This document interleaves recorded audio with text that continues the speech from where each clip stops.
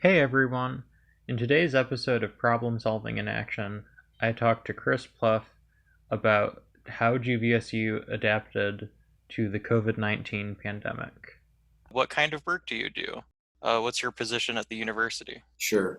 So my name is Chris Plouff, and I'm the Senior Associate Vice President for Academic Affairs, which resides in the Provost Office. And I have responsibilities here. The Provost Office in general has responsibilities for overseeing academic and student affairs activities for the campus. And in particular, my areas and roles are related to assessment, accreditation, both of programs as well as the institution level accreditation, and then for our division, working with strategic planning as well. So those are some of my broad scale responsibilities that are part of my portfolio, although I do also help with a variety of other things that relate to coordinating efforts across academic and student affairs for the division as well. What are some big picture challenges that are being faced by Grand Valley right now? Well, the largest right now is probably obvious due to the time that we're in and so forth with the pandemic, and that is, trying to effectively, deliver our curriculum and services, student services, in a robust, a high quality, student-centered, and safe way. Those are things that we're trying to make sure that we try to manage, which has been very different than what many of us ever thought we'd be doing this past year and into this upcoming year as well. And also, weren't really, aware of and thought this might be something we had to deal with. So it was very new for many of us in terms of how we would address this global issue that we're facing. It really impacts the whole educational model that we've been used to. And so that really also includes, our faculty and staff and the work that they do. I mean, as somebody who's been here for over 20 years, and perhaps, I don't know if you've been here probably a couple of years yourself, that one of our hallmarks as an institution is really providing, like I said, that high quality, high touch sort of personal experience that we have for our students.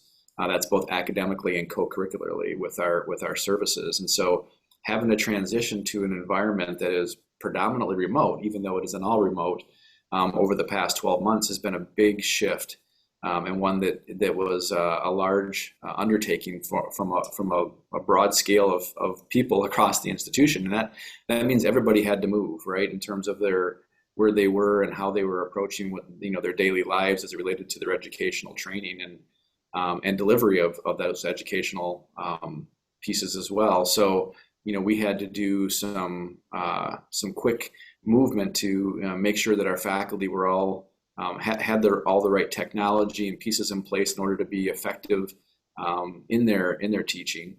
In some cases, faculty had to be trained up who hadn't done a lot of online or remote type teaching to be able to deliver that in a high quality and effective way. And same thing goes for our student services areas. And so many of the things that we've done traditionally on campus, where students can go to a center or to a location or place and be able to meet with people, to have counseling appointments, or to talk about their career, or to engage in intramural sports, or to talk with their RA about issues they're having with a roommate.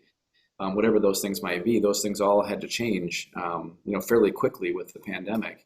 And those had to be transitioned to more virtual and online, and so that's a significant movement of momentum in order to be able to do that and to be able to do it effectively. And I think that we were able to do that, and a lot of that credit goes to our faculty and staff who were able to do that and really kind of take what they were doing and move it in that direction. But we also have to give credit to our students, because it wasn't also the environment that our students entered into initially with the expectation of how that would turn out and how it would take place. And so it's something that has really been a collaborative effort, I would say, across the whole enterprise, the whole academic institutions, to make sure that this would work the best that it could, and so that students got the learning and the training that they were looking for. You mentioned, I think, one of these strategies when you brought up the faculty training for online learning. But what were some other strategies that Grand Valley used to address the issue of having to transition to remote learning? Well, there are a number of things that we had to do. I already had mentioned a little bit too as well about the co-curricular components and how we had to move some of the pieces that support students outside of the classroom, whether it be advising components or tutoring, those sorts of things. So having to put those in a less high touch, so more remote or distanced environment. And we still continued to have courses. So a lot of other changes had to take place on campus. It wasn't not everything went remote. Many of our courses that have labs or hands-on components, we had to do the best we could to make sure that those were also being delivered in a manner that students were able to, gain the knowledge, skills, and abilities needed in those areas. And so there was lots of facilities changes that had to take place in the classrooms and in laboratories and those sorts of things.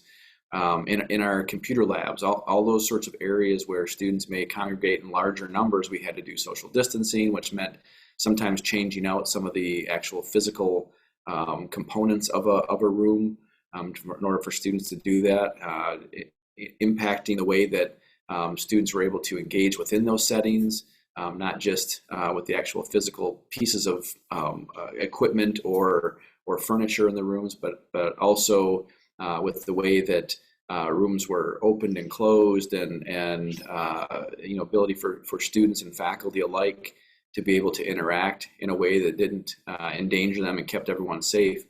A lot of work that went on with, again, those faculty staff, but also the staff with our facilities areas on campus, our IT areas. There were many. It was an all hands on board sort of an approach, and everybody had to pitch in to make sure that whole big institution could move in that direction in a short time to be able to effectively deliver our curriculum to our students. I think, from my experience, I think this year, despite all of the challenges, went pretty well. But how do you, from an administrative level, evaluate the effectiveness of all of the strategies that you used? Well, there are a number of ways, and some of those entail, talking with our students first and foremost, right, to see how did this go. What worked well, what didn't work as well as you would have liked to. What would you like to have seen differently?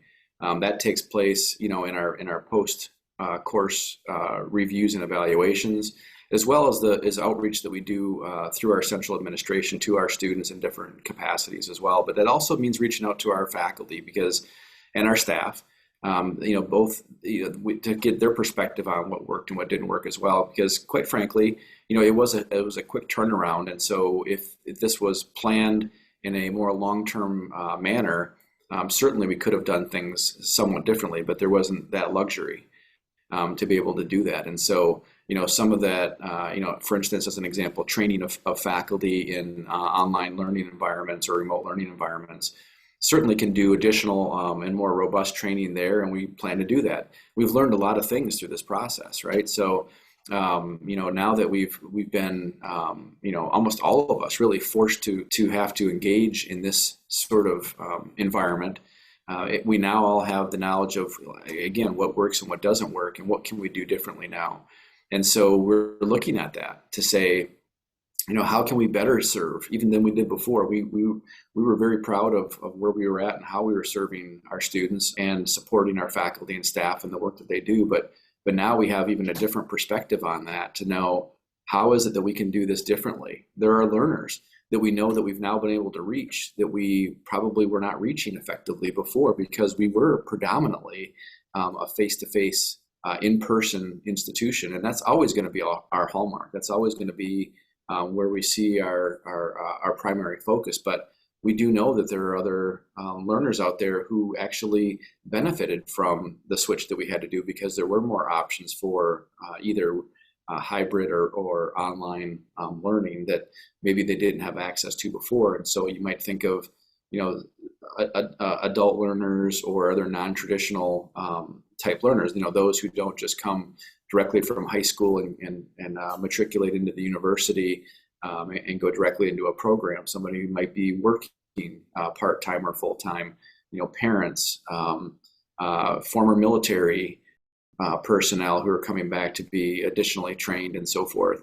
There's a lot of different learners out there now that we know, we can do even better. We were we were engaging and reaching out to those before, but we see a whole nother segment of student population that we can engage even further now than what we were doing in the past. Going off of that, can you give us any hints about what the specific revisions Grand Valley is planning on making for the next academic year? I know the spring and summer semesters will serve to help transition into more face-to-face classes as more people get vaccinated.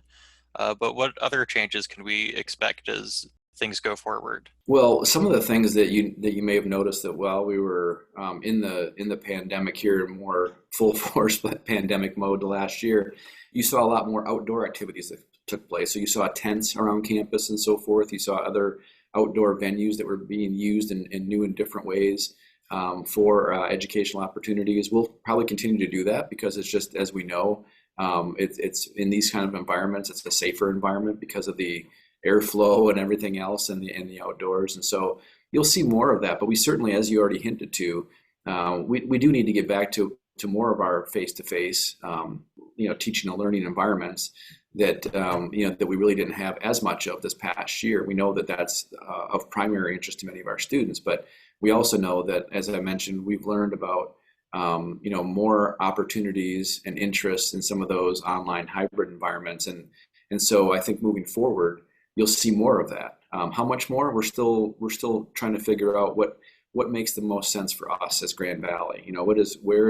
Where is the best combination of our traditional face-to-face and some kind of supplementary online hybrid programming. So we'll see that continue on in the future at some level. And because as I mentioned, we want to make sure that we engage those other types of learners that maybe can't be on our campus and can't live in our living centers, and have that sort of experience, but still want to get a Grand Valley education. And we want to make sure that they have that opportunity as well. So you're certainly going to see more face-to-face. Like, as you mentioned, we're already transitioning more to that, this spring, summer semester as well. It's uncertain yet. We'll definitely be following, best practices and CDC guidance and state guidance and that sort of a thing in terms of how and how much we can do as it relates to face-to-face activities for the fall semester. And so that'll probably continue to evolve as more people get vaccinated. And we see what that will look like going into the fall, but there will certainly be some transition back to more face-to-face. Thank you so much for joining me. Certainly. Thanks for watching. I hope you learned something about GVSU's response to the pandemic, and if you have the time, check out some of my other interviews. See you later.